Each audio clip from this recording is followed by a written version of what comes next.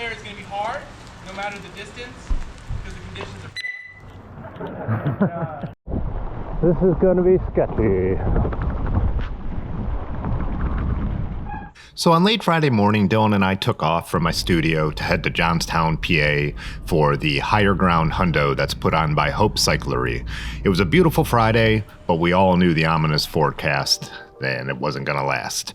We got in town, we got some lunch, we went and checked in over at Hope, hung out, talked to a couple people, and then we decided to go off and get our camp set up. I grabbed some beer from the local brewery before riding back to Hope for the happy hour that was being hosted by Concrete Trails. Todd, who I got to spend some time with and chat a lot here in Higher Ground, then later in the week at Nutmeg. So it was a great Friday night of talking to old friends, making new friends, talking to people that we've only known each other through the internet. Had a fire, hung out a little longer, and then it was off to bed. The rain kicked in at about 1 in the morning, which gave me hope that maybe it was going to blow through earlier and be nice in the morning. But, you know... Well, it rained all night, but it's let up now, so... Let's hope it stays this way, at least for a little while, at least while we have the chance to get warm. Higher Ground Hundo 23. So for a day where we knew it was going to be pretty much a washout, it was nice to have a little bit of dryness in the morning when we got our coffee and got to hang out and got the race directions and all that. But right as we were getting ready to go out for the ride, it started pouring again. So it kind of is what it is. You know, it's one of those things. I drove out here. I'm going to do the ride. I'm going to have fun and make the most of it. There's just no denying that it made the conditions much more challenging. Some of the off-road stuff was much more challenging. And then just, it was 43 degrees real feel. So that's a chilly, rainy day. You know, rain's not a big deal in the summer, but, you know, I typically at home don't go out when the conditions would be like this. So equipment, clothing, all that was going to be really important on this day. really wish I could be out there, because this is the type of shit I live for. So thank you so much for coming from David and I. We hope you enjoy yourselves, make use of the aid stations. If someone needs help, take care of one another. This is Higher Ground. So, have fun! See you! Rolling out of Johnstown, there's a number of road miles before you get off into the single track and gravel roads and all that kind of stuff. It was one of those days too, even before we started and even when we're rolling here talking a bit, everyone kind of knew, you know, this is one of those, you're doing it for the sense of accomplishment, you're doing it to make the memories.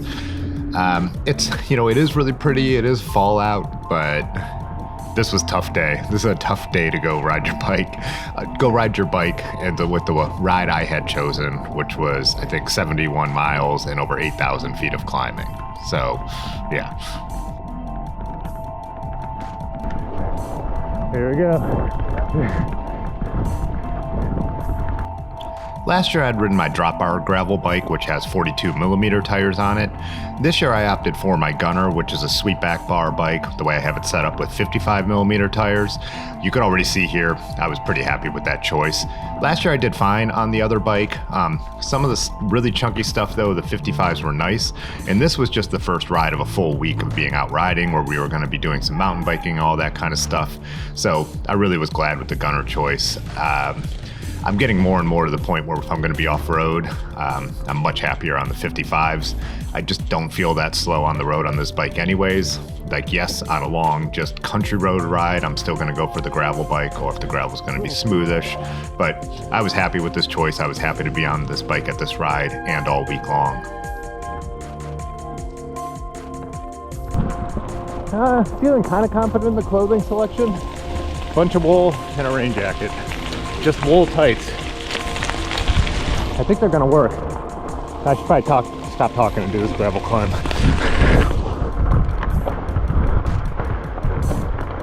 Sweating pretty good, but I don't know what to do. I shed a layer to try and stay dry from sweat, but how am I gonna feel in 2 hours? I don't know. Wool base layer real thin. Wool t-shirt and the surly wool, which is thicker.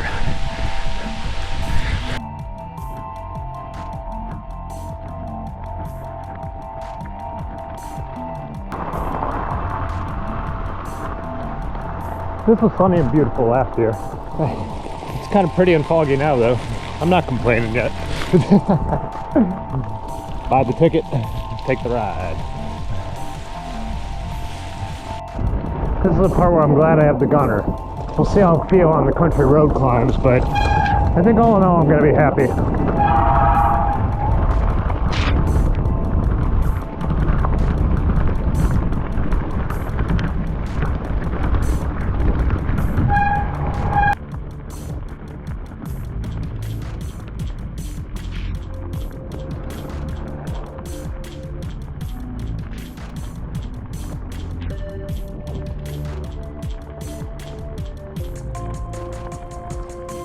When you pass people and from behind you say on your left, then they know you're there and then no problems happen. So little pointer for your next group ride. The phrase is on your left. So I talked about this in an earlier video and I don't know why people thought I was being mean. All I'm saying is there's some group ride etiquette, and if you're not used to riding in a group, this is a good chance for you to learn it. When you're passing people, you say on your left or you ring your bell. It's just a great thing to do. I'm out here with a rain hood on, and if I go to swerve and avoid a puddle and you come up beside me and I don't know you're there, that's gonna cause a problem. You know, it's same thing out on the roads. If there's a car coming up behind and you see it, you say car back. If you're coming around a curve and there's a car coming the other way, you say car up. If you're on roads where you can take your hands off the bars and there's something real gnarly on the side of the road, you point down at it so people know. So I'm not saying this to be a jerk, I'm just saying it so people understand that's how you need to do things when you ride in a group.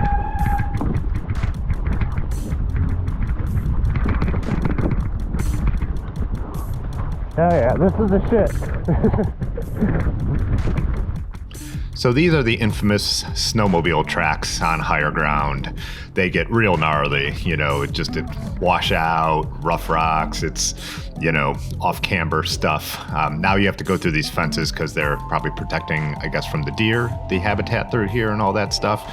But yeah, it's a really fun section. It's a really wild section. Again, I felt bad for the people on the skinnier tires. I did navigate it last year on 42s, but yeah, sweet bars and 55s, as I already said, were great, especially in the rain. I love the Renair's tires for their traction. I do sometimes have problem with the sealant. Right now I am actually running this bike tubed, which is amazing because, as you'll see in future videos from this whole trip, we rode all kinds of gnarly stuff. So, but I never flatted, so pretty amazing I didn't pinch flat or tear it. They're looking a little worse for the wear. Sidewalls are looking a little rough now, but hey, they lasted. Definitely get yourself subscribed up if you're not. You're going to want to see some of these other rides that we ended up doing later in the week as well. Not going to be able to get this camera clear till the aid station, but try and do a little filming anyway. Everything's wet. Everything's dirty. I'm sure it's pretty. But the climbs are also completely brutal. Just the two brutal gravel climbs, two of the hardest. There's still more to go, a lot more.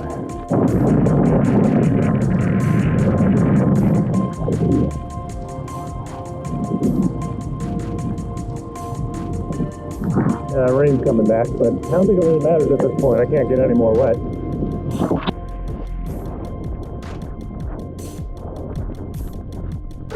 I do love sun and blue skies, but there is something about this vibe in the country too, especially in fall with the colors.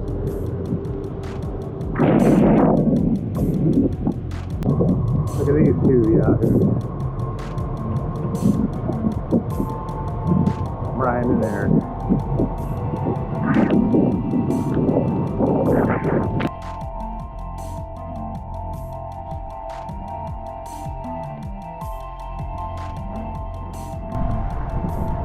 Bridge kinda closed.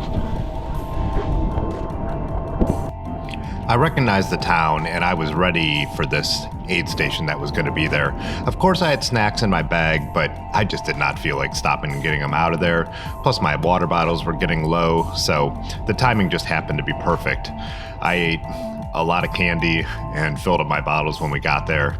We were able to chat for a little bit. Unfortunately found out buddy from last year, Emmett, had broken a quick release and he wasn't able to go on with the rest of the ride.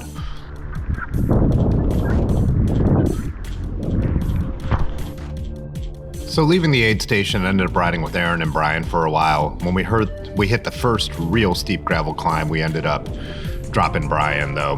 He has said he hasn't been riding that much this year. There was this one section, this is kind of the section of relief on this whole ride, where you're up on a ridge line and you're not going up or down. So one of the few times where you're just like totally able to take in the scenery before you get back into the grav and some of the more gnarly climby stuff. It do be beautiful out here.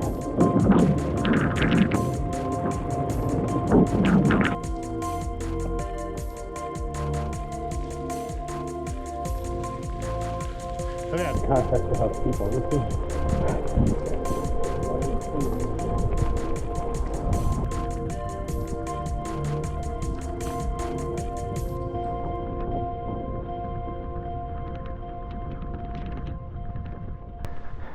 Hardest climb I've ever done, except for when I did it last year.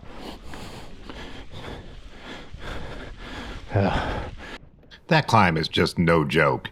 You have almost 2 miles of a 6% gradient, followed by almost 2 more miles at a 10% average gradient, followed by the steep part, which averages 13. But within there, on the rough terrain, the gradients kick up even higher. You know, I saw 16, 17, and 18. So you're choosing a line, you're trying to keep it going. It is just a legendary climb. We are up in the clouds now. I'm spent, and I know that there's still some tough climbs to go.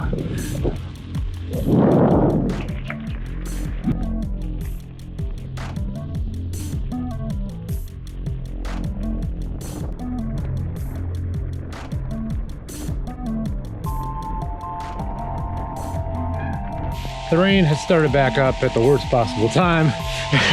We just had to descend off that mountain, and it was super cold.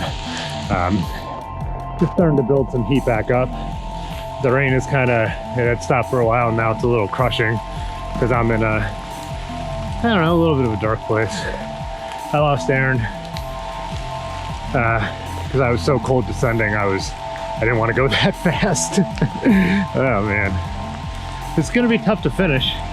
There is a shortcut, but I don't want to take it. I want to do the whole thing, so we'll see what happens.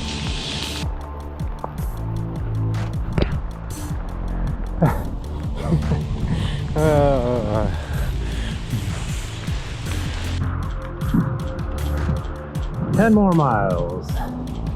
I do know there's one more brutal climb though. Whew. Little road section here. I have to say though, the wool tights, man, I'll take them over the rain pants.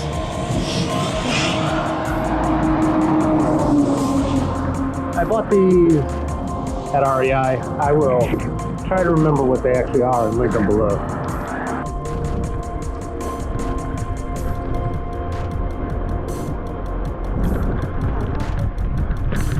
I think the climbing is about to start. Well, I'm already climbing, but the bad climbing. My right knee hurts, my left calf hurts. But as tough as this is, I think it's the last. And I'm gonna finish. I'm gonna do it. As I said at the beginning, buy the ticket, take the ride. Well, I rode the whole climb that nearly broke me last year. And I'm happy with that.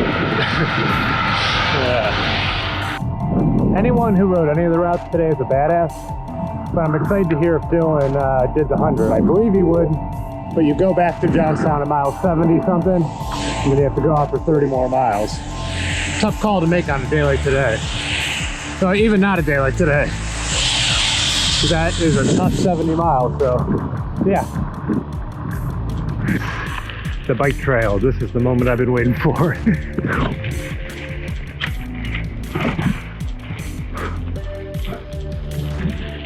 So I rode a good chunk today with my buddy Aaron. We've known each other for over 2 decades, both playing in rock and roll bands when we were younger. And we're climbing up one of the tough climbs today, and I was like, could you imagine, you know, we were just kind of more acquaintances, but when we're slamming beers at like the punk rock clubs when we're 22 or whatever, if someone would have told us, hey, in 20 years you'll be out here in the pouring rain on a 40-something degree day, climbing 8,000 feet of elevation on your bikes. He's like, nope, yeah, we wouldn't have believed it. So, got to meet a ton of cool people out here again this year. Got to say hi to some of the people I met last year. I'm not going to be able to pull names right now, but another guy told me this morning that he came out to this ride because of the video I made about it last year. So there's nothing better to hear than that. So, and then next week is Nutmeg, so a chance to go out and see some more friends.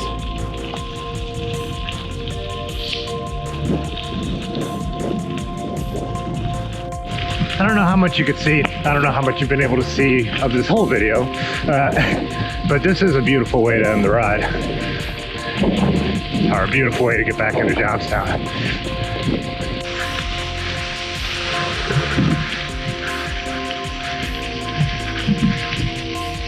No need to avoid puddles anymore.